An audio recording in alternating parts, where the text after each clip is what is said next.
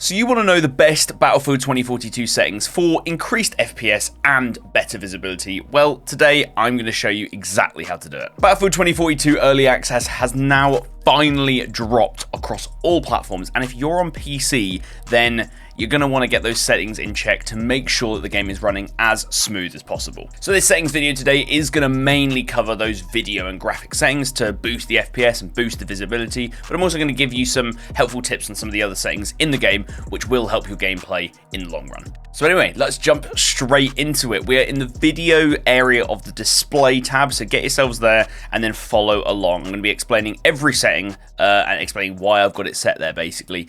And yeah, let's jump in. So full screen mode, we definitely want this set to full screen. I say this in every settings video that I do. If you have your full screen mode set to full screen, it means that your game gets exclusive, basically rights to your PC. If you have your game running in borderless mode or in a window, then technically if there's something in the background, even just your desktop being rendered in, then that's taking up system resources. So if you want to make sure that the most system resources are being given to the game, make sure you're running this in full screen. It will also give you improved input latency. Really, the only bad thing about being in full screen is that alt-tabbing can sometimes be a bit slow. So if you're a streamer or you're having to very kind of quickly alt-tab out, then maybe full screen doesn't work for you, but I recommend you stick with it. Anyway, full screen device. This is just simply the monitor that your game is on. You'll know it's on the correct monitor if you've got multiple monitors because it will be right in front of you, so fairly self-explanatory. Full screen resolution, keep this at native resolution. What I mean by that is the resolution of your monitor. So I've got a 1080p monitor or a 1920 by 1080 monitor, and therefore I set this to 1920 by 1080. If you are having real problems with FPS, like the game is just running terribly and no matter what settings you do, you can't seem to get it running, then you can bring this resolution down, maybe to like 1600 by 900, or even worse, maybe like 1280 by 720, which is the same aspect ratio as 1080p, but it is going to make the game look really blurry, but give you a handful of FPS, so it's kind of up to you what you fancy doing. Refresh rate. We're going to keep this at the refresh rate of our monitor. So I've got a 240 Hertz monitor, so I've got to make sure that this is set here. Sometimes the game will have had this defaulted to something else, so it might put it at 144, or it says 143.882, basically 144 Hertz. It might have had it at 60 Hertz. Just make sure it's set at your refresh rate, which for me is 240. Field of view. Field of view does actually have a very slight effect on FPS, purely because if you have a higher field of view, there's actually more on the screen to be rendered in at any one time. It is fairly minimal on most people's hardware, so really this comes down to just turn this up. Now this is vertical field of view rather than horizontal field of view, which is an important thing. So if you play games like COD, Warzone, which is COD, but games like that, they do their field of view values in horizontal field of view, and because the horizontal, or this way bit of your screen, is much wider than the vertical bit, a horizontal field of view of about 110, I think, in Warzone is actually about an 84 field of view vertical.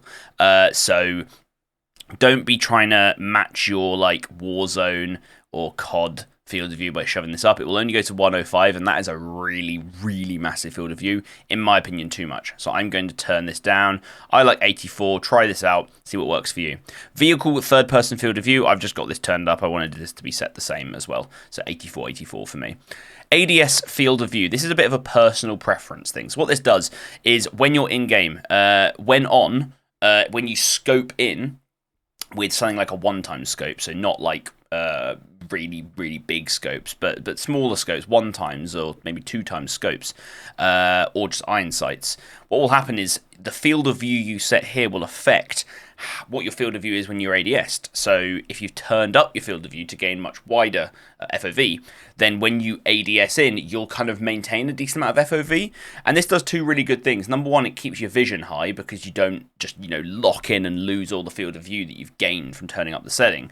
But it also reduces visual recoil because you're not so zoomed in on the gun, and it's just far easier for your brain to manage the recoil and keep shots on target.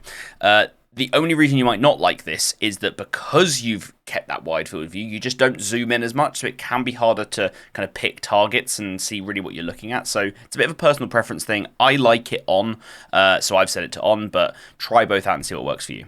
Graphic settings. Brightness. This is set at 50 by default, but I always turn my brightness up to about 55 in games, just a little bit higher than default, just because I think my monitor's quite dark, and but I've got my monitor kind of set up how I like it, and also when I'm recording or streaming, I like to have a bit more brightness so that my recording software picks all that up nicely.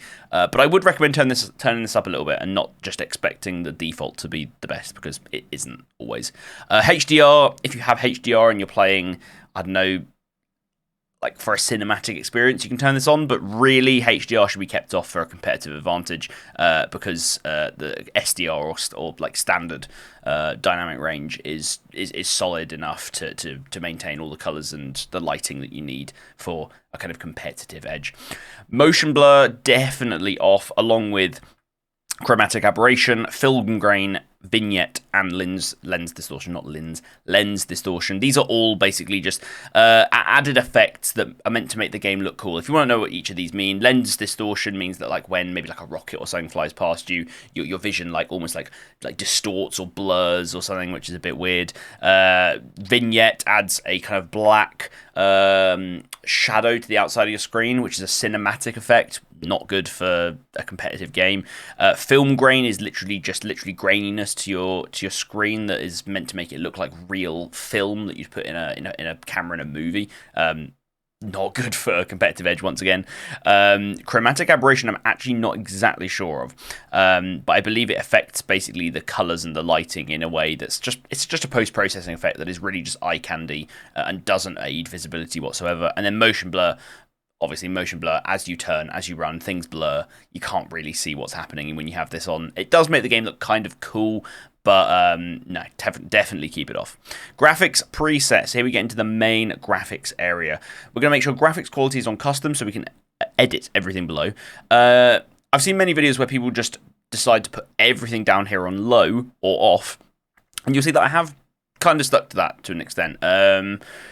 The first thing you should do, really, in a game is run the game at, I don't know, high or even ultra settings. Ignore the FPS and just look how the game looks, right? Look how good the game looks. Then turn everything to low and actually see what the difference is. And really what's quite interesting in Battlefield 2042 is that there's really very little difference, it seems, between ultra and low in terms of like visual fidelity.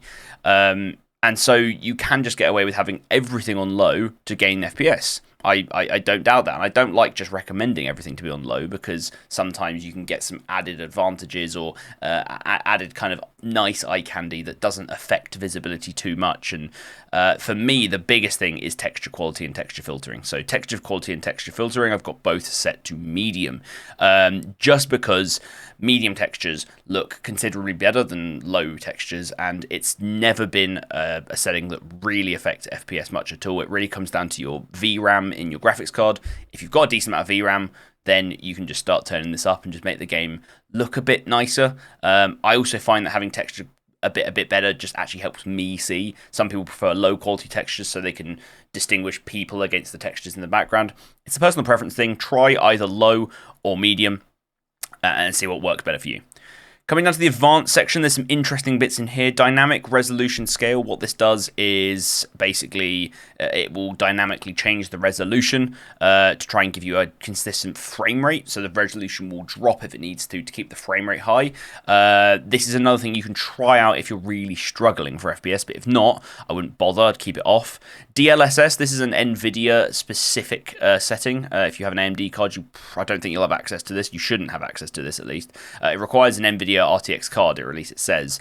And what this does is it's a super resolution setting. So what it does is you can turn this to anything from ultra performance, performance, balanced, or quality.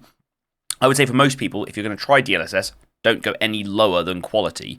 What this will do is it will downscale the resolution, so similar to turning down the resolution at the top of this settings page or turning on the dynamic resolution, and then it will upscale the resolution kind of back to what the native resolution is using AI to make it look like you're playing at, for example, 1080p when actually the game's running at 720p. And that gains you a lot of FPS. If you have an RTX card and you're really not happy with the FPS you're getting, try putting DLSS to quality. It does blur the game a tiny amount, and that's why I don't like it, but really, DLSS is an amazing setting. I was trying to say like a bit of kit or whatever, but it's an amazing setting, and you should really try it out in games. So I would say either put this to off or put this to quality and see what works best for you. I like off to get that pure sharpness of the game. Ray traced ambient occlusion, definitely want to keep this off. Ray tracing is an FPS hog, and it's really more built for single player experiences, not for games where we want our FPS high and we're trying to be competitive. Nvidia Reflex low latency is a setting which is in a bunch of games now, and it's really nice to increase that PC responsiveness, get that system latency down as low as possible. Essentially, you've got two options here: enabled or enabled plus boost. Most people will just go for enabled plus boost, and actually in a lot of scenarios that probably will be the best, but let me explain why. This comes down really to your CPU power and your GPU power. If you were in a situation where your GPU is far more powerful than your CPU, which is basically like my scenario, I've got an RTX 3070, like an absolute beast of a GPU, and I've got a slightly older i7, which is still strong in terms of a CPU, but it's older. In that scenario, my system is CPU bound. Essentially, if both the GPU and the CPU power rise, the CPU will hit its limit way before my GPU hits its limit. In that scenario, enabled plus boost is better because it allows the graphics card to boost while the CPU is kind of trying to hold it back, if that makes sense. If you're in the opposite scenario where your GPU's actually less strong or maybe even just as strong as your CPU, so you're even in a GPU bound scenario, enabled will be better. Now, how do you figure out which one you should go? Try both out and see which one feels better. If they both feel exactly the same, then honestly, just put it on an enable plus boost and leave it. And that's literally what I would recommend for this. Future frame rendering. This is a setting I'm still testing out. I feel like off feels better for me. It says that when it's set to on, the game will buffer future frames, which increases visual smoothness, but increases input lag. Input lag is just something I absolutely hate, and you should hate it too. Future frame rendering it's just not something which I would recommend unless you are really struggling for frames or your game is just not running smooth at all. Then maybe try turning it on. Otherwise, you don't want to be rendering loads of frames in the future. You just want to be rendering the next frame every time by keeping future frame rendering off and keeping that input latency as low as possible. Vertical sync, definitely off. This isn't going to be a G-Sync guide where I explain how to do G-Sync with your monitor. I'm not running with G-Sync, and therefore I don't want vertical sync on. What it does is it locks the refresh rate it locks the frame rate to the refresh rate of your monitor. It causes a lot of input latency, and it's really not worth it even to avoid screen tearing. High fidelity object amount, low. No need to have this high. It's just not that needed. It adds all these objects to the game that cost you FPS. So yeah, don't have them on.